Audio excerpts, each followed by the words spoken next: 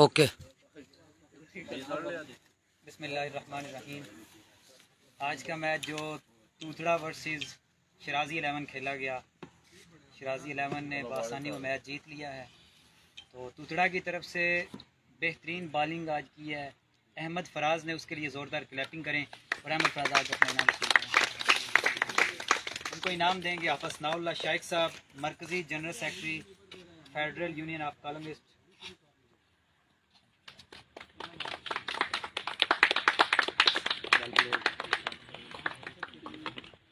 Doctor साहब है team जी काली की मंडी के आल पाकिस्तान खिलाड़ी टूर्नामेंट होया जी टीम विन की।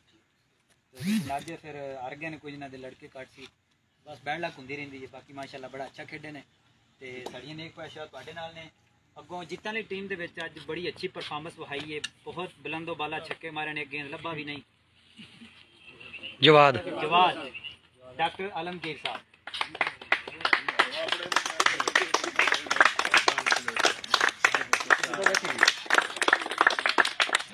मियां मेरे अल सेंड करनियां नहीं।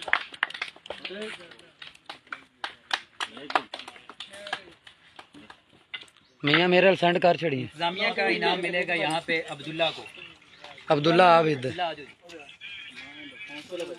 डॉक्टर साहब और इधर वेख बच्चे।